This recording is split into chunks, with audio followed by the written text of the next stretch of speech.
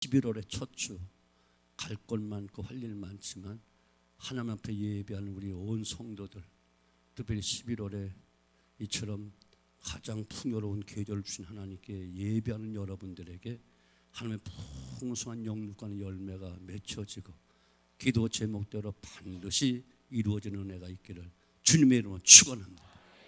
세 분이 안 했어요. 정기덕 권사님 하나. 다시 한번 충만하기를 주님의 축원합니다. 세상에서 가장 성실하게 가장 열심히 일하시는 분이 누구일까요? 그분은 바로 하나님이십니다. 성경의 하나님은 창조 이후 잠시도 쉬지 않고 주야로 일하시는 분으로 가르쳐주고 있어요.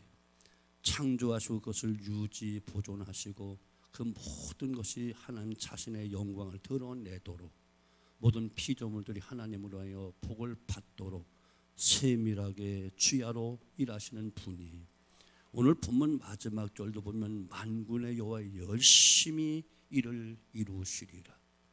하나님께서 무엇인가 대단한 일을 계획하고 계신데 근데 그 일에 대해서 열심을 다하신다는 거예요. 맞아요. 전능하신 하나님께서 열심을 다하여 저와 여러분을 도우시고 붙드시고 저와 여러분 삶 속에 큰 역사를 계획하고 계시고 이루어 가시기 위해서 주야로 지금도 일하고 계시다는 이야기. 우리는 내일 일을 모르고 잠시 후의 일을 모르기 때문에 오늘 고난 앞에 낙심하고 불평하기도 하지만 하나님은 큰 계획, 큰 꿈을 가지시고 우리가 끊임없이 졸거나 주무시지 않고 일하고 계시다는 이야기.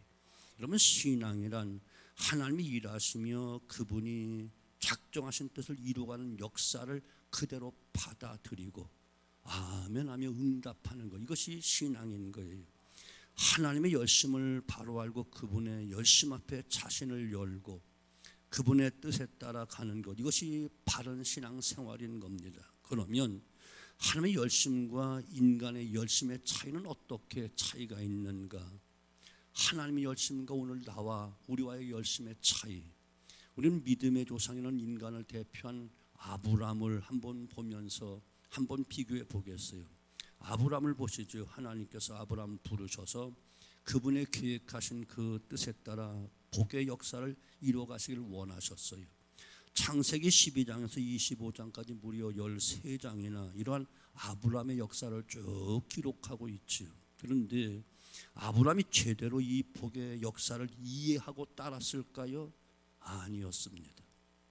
그가 갈대우리에서 출발해서 가나안 땅에 이르렀을 때 아브라함은 기근이 든 것을 보고 스스로 결정하여 애굽으로 내려갑니다.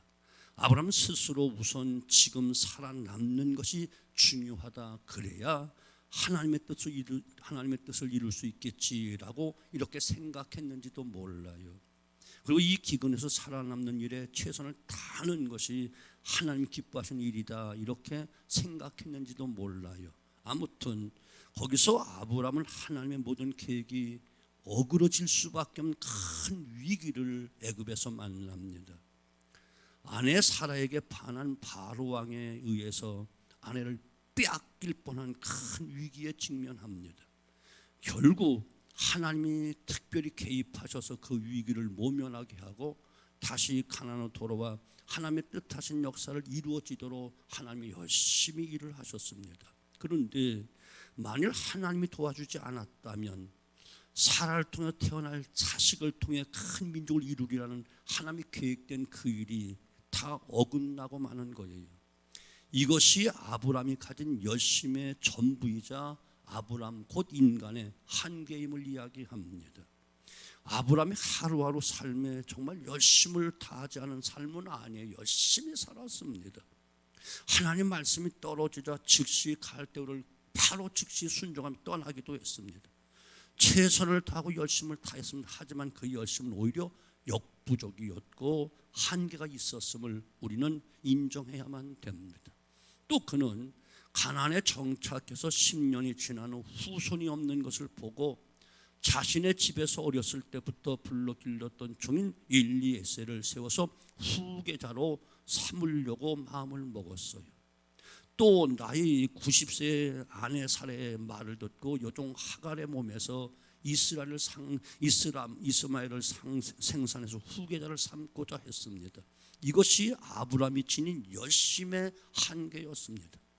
인간의 열심이 굉장한 것처럼 보이지만 결정적인 순간에 하나님의 계획에 어긋나게 하는 방향으로 끌고 가는 실수를 범할 수 있습니다. 아브라함이 결국 창대한 복을 받고 그 약속대로 후손을 이어갈 수 있었던 것은 그런 아브라함을 끊임없이 설득하고 지켜주시고 인내하시고 마침내 그것을 이루신 하나님의 열심, 그 열심이 이 모든 것을 가능하게 했다는 겁니다. 우리 한국 교회가 한때 열심히 한다고 했습니다. 그런데 지금은 심각한 위기의 상황에 빠져 있어요. 열심을 한 결과 오히려 복음의 문이 닫히고 있던 것이 모두 무너질지도 모르는 위기 상황을 지게 빠져 있습니다. 한때 왕성했던 부흥의 부작용도 만만치 않습니다. 부흥 강사 열심히 부흥회를 인도했지만 물질을 너무 지나치게 강조했던 그때 후유증으로 훼손된 그 이미지 때문에 부흥회가 거의 사라져버리고 말았습니다. 이것이 하나님을 제대로 알지 못한 인간의 열심, 인간의 한계인 것을 깨닫게 되는 거예요.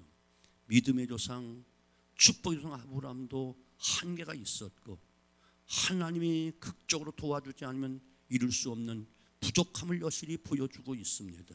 자, 또한 그러면 가장 위대하다는 모세를 한번 보시지요. 모세는 나이 40세에 그의 열심으로 자기 민족을 해방시켜 보겠노라고 설치다가 그만 정치적 사건에 휘말려 정치 없이 망명길을 떠났고 미디안 광에서 무력하게 40년을 보내고 그 나이 80을 맞이하게 됩니다. 그때 하나님이 찾아와서 그를 부르시며 이스라엘 해방의 역사를 이루어 가라 이렇게 명령하십니다. 모세는 손사래를 치면서 아니요 나는 못합니다, 안 합니다, 안 갑니다, 하나님을 거부합니다. 왜입니까? 자신이 젊었을 때는 혹시 모르지만 지금 이미 늙었고 뭐든지 끝났다고 판단했기 때문에 그래요. 이것이 인간 모세가 지닌 한계임을 깨닫게 됩니다. 그런 모세를 향하여 하나님 열심을 다하여 설득합니다. 그의 지팡이가 뱀이 되게 하는 사건과 그 손에 문둥병이 들었다가 낫는 사건을 통해서 하나님 능력과 생명에 관한 주권을 보이시고 가라고 설득을 합니다. 이것이 하나님의 열심이었어요. 하나님은 모세를 통해 이스라엘 해방의 역사를 계획하시고 조금도 변하지 않고 흔들림 없이 열심을 가지고 그 역사를 다 이루어 가십니다. 신앙이란 이처럼 살아계신 하나님이 주도해서 시작되는 하나님의 차원의 새로운 삶의 역사가 바로 신앙인 겁니다. 그러기에 신앙은 하나님의 부르심에서 시작이 되는 거예요. 아무도 하나님의 부름 없이 신앙을 가질 수는 없는 겁니다. 이것은 종교적 열정이나 자기 신념은 될 수 있을지 모르지만 참된 신앙이 될 수 없는 거예요. 참된 신앙은 하나님이 하시는 모든 것을 그대로 믿고 맡기는 것이 바로 신앙인 것입니다. 그러면 하나님 왜 우리를 부르셨을까요? 그분의 뜻을 이루기 위해서 부르신 겁니다. 예수님 베드로를 부르셨습니다. 세리 마태도 부르셨습니다. 왜 부르셨나요? 바로 사람 낚는 업으로 새로운 삶을 살도록 하시기 위해서 그들을 부르신 것이었습니다. 그런데 그들 스스로에게 그런 가능성이 있었나요? 예수님의 제자로 3년 반 쭉 배우고 같이 했지만 살펴보면 그들의 그런 가능성은 찾아볼 수가 없었습니다. 그런데 스스로 한계에 부딪혀 주님을 떠났던 베드로를 주님 다시 찾아와 사랑으로 붙잡아 주시고 성령의 역사를 힘입어 능력 있게 하시고 하늘의 권능과 은사를 부여해 사도로서의 일을 수행할 수 있도록 주님의 열심히 그를 반듯하게 세워 놓으십니다. 사도행전은 다른 말로 말하면 성령행전이라고 말하지요. 사도의 역사가 아니라 성령께서 예수님의 제자를 붙잡고 어떻게 교회 역사를 이루어 가셨는가, 성령의 발자취를 이야기하는 것이 사도행전 아니겠습니까? 하나님께 왜 제자들에게 성령을 부어주셨나요? 하나님께 왜 제자들을 부르셨나요? 아니, 하나님 우리를 왜 부르셨나요? 변화된 신의 성품에 참여한 자로 삶을 아름답게 거룩하게 살아가도록 하기 위해서 하나님을 택하시고 부르신 것 아닌가요? 하나님 나라의 영광을 증거하기 위해서, 하나님이 기대하신 복된 열매를 맺도록 하기 위해서 하나님의 권능으로 이 땅을 치유하시고 변화를 새롭게 하시기 위하여 우리를 부르셨고, 오늘도 우리를 위해 열심히 쉬지 않고 일하고 계시다는 것이에요. 우리 안에 그럴 가능성은 조금도 없지만, 그런 우리를 하나님이 부르시고 그분의 은혜를 부여해 주시고 사명 주시고 능력 주시고 성령 충만하게 하시고 순간순간 지혜롭게 하시는 하나님이 열심히 이것을 이루어가고 계신 거예요. 하나님의 열심 앞에 인간의 조건이나 환경의 여건은 그다지 중요하지 않습니다. 그러기에 성경은 분명히 말하면, 형제들아 너희 부르심을 보라. 육체를 따라 지혜로운 자가 많지 아니하며 능한 자가 많지 아니하며 문벌 좋은 자가 많지 아니하도다. 그러나 하나님께서 세상에 미련한 것들을 택하사 지혜 있는 자를 부끄럽게 하려 하시고, 세상에 약한 것들을 택하사 강한 것들을 부끄럽게 하려 하시며, 하나님께 세상에 천한 것들과 멸시받는 것들과 없는 것들을 택하사 있는 것들을 폐하려 하시나니, 이는 아무 육체도 하나님 앞에 자랑하지 못하게 하려 하심이라.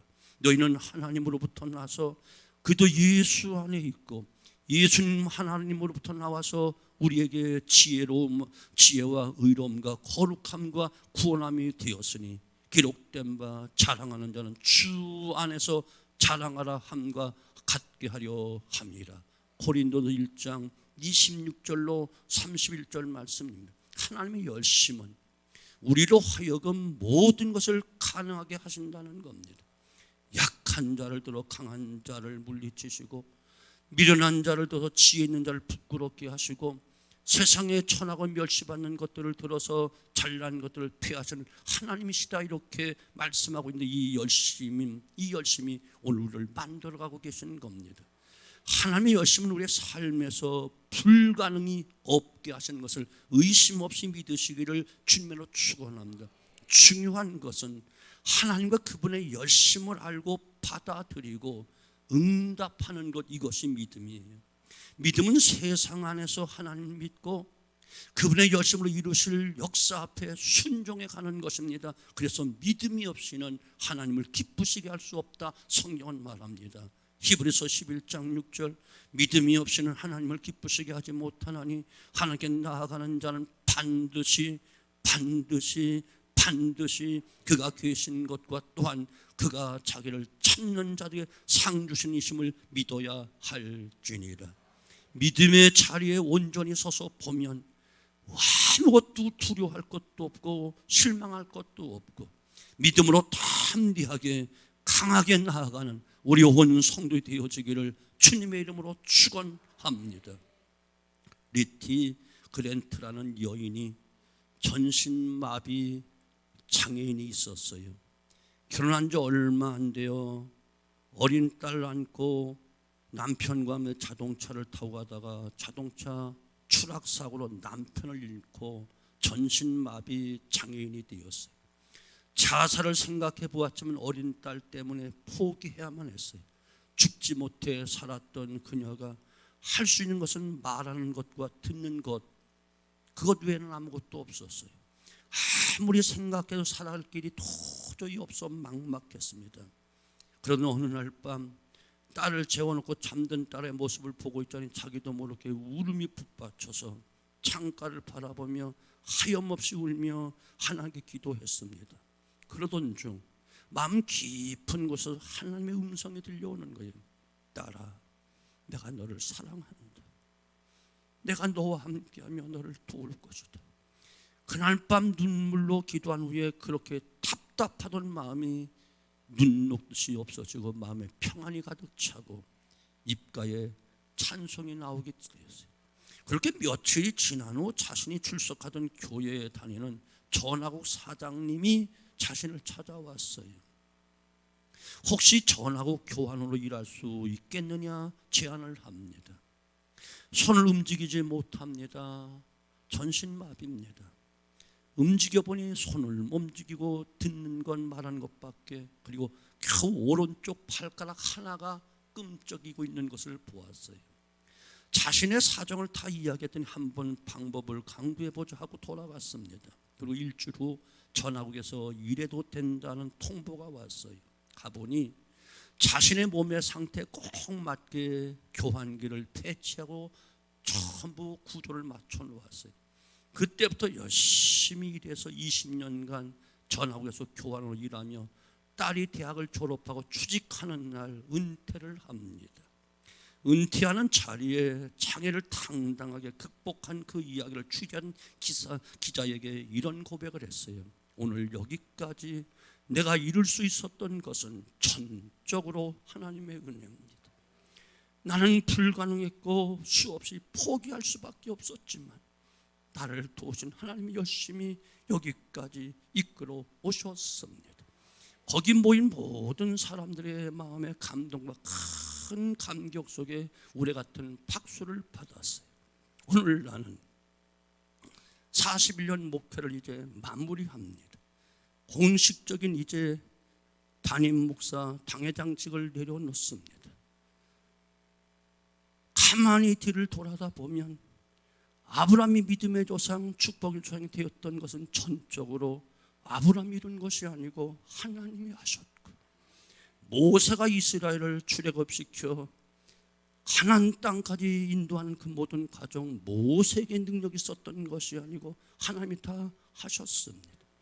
저도 여전히 가만히 뒤를 돌이켜보면 41년 목회가 길다면 길고 짧다면 짧은데 그 과정 속에 내가 한 것은 오히려 하나님보다 더 앞서 설치다가 시행착오 할 뻔했던 일들이 수없이 많았고 어려운 일도 수없이 많았지만 그때마다 하나님이 지켜주시고 관용하시고 감당케 하시고 보호해 주셨습니다.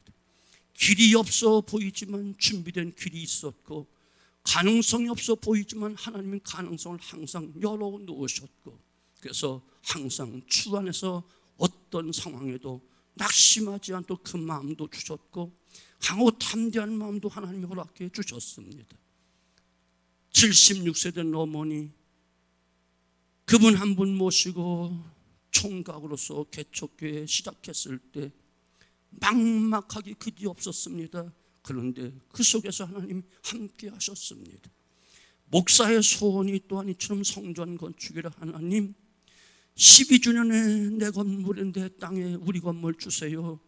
20주년에 우리 땅에 교육관 허락해 주세요. 아무것도 없는 빈털터리가 새도 못내 쩔쩔매면서도 하나님 앞에 목표를 놓고 기도했더니 하나님은 차질 없이 12주년에 우리 땅 우리 건물 이 건물 허락해 주셨고, 옆에 있는 건물 교육관 또 여전히 허락해 주셨고, 그 외에도 하나님은 다 필요한 건 구할 때마다 다 응답해 주셔서 복지부지도 허락해 주셨고, 옆에 국방부 땅도 허락해 주셨고, 또한 저 체육관 땅 1750평도 주셨고, 교육관과 함께 또한 이와 같이 체육관도 다 짓게 하시는데, 아무것도 없었지만, 의지할 곳 없었지만, 아는 사람 없었지만 여전히 하나님은 다 알고 계셨고 우리의 기도를 들으셨고 역사하사 오늘 이 자리에 이르고 영광스러운 오늘 임직 예배를 드리게 됐으니 모두가 하나님이 하셨습니다. 가능성이 전혀 없어 보였지만 하나님은 그 가능성을 항상 은밀한 비상구를 열고 계셨습니다. 그래서 우리 성도들은 어떤 경우도 담대할 수밖에 없는 것은 하나님을 참으로 믿는다면, 성경은 말합니다.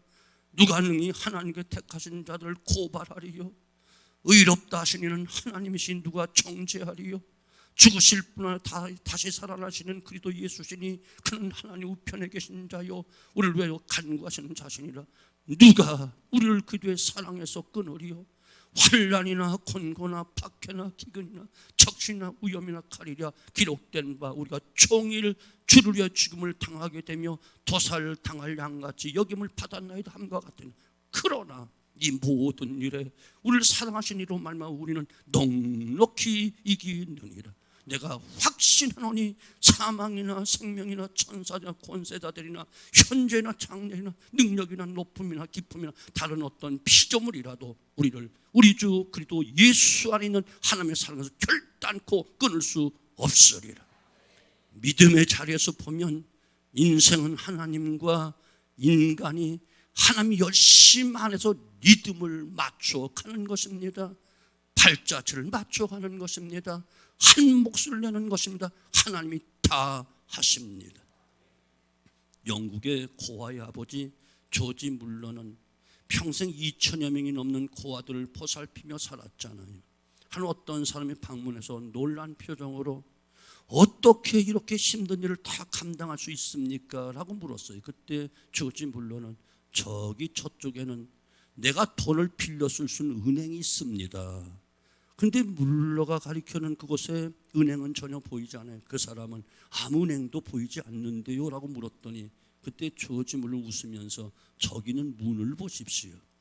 그 사람이 문을 쳐다보았더니 그 문에 여호와 이레라고 새겨져 있었어요. 이 말은 주께서 준비하신다. 조지 물러가 돈이 없어도 빌려 쓸 은행은 바로 하나님 그분이었던 것을 이야기합니다. 그는 하나님 공급해 준 그 은혜로 수백 명 수천 명의 고아를 굶기지 않고 먹일 수 있었다는 것이 하나님 당신의 백성을 필요하다고 하면 언제든지 열심을 내어 채워주시고 공급해 주십니다. 저 역시 41년 목회 속에 언제나 하나님은 필요를 다 채워주셨습니다. 빈털터리로 시작했지만 한 번도 연체된 적 없습니다. 또한 공사를 수없이 많이 했지만 임금 주지 못한 적 없습니다. 항상 하나님이 적절한 때 공급해 주셨고 필요를 채워주셨고 이야기한 대로 말한 대로 딱 맞도록 허락해 주셨어요.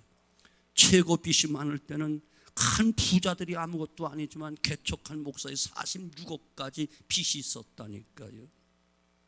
그런데 하나님 내가 마무리 질 때 은퇴할 때 20억만 남겨놓을게요.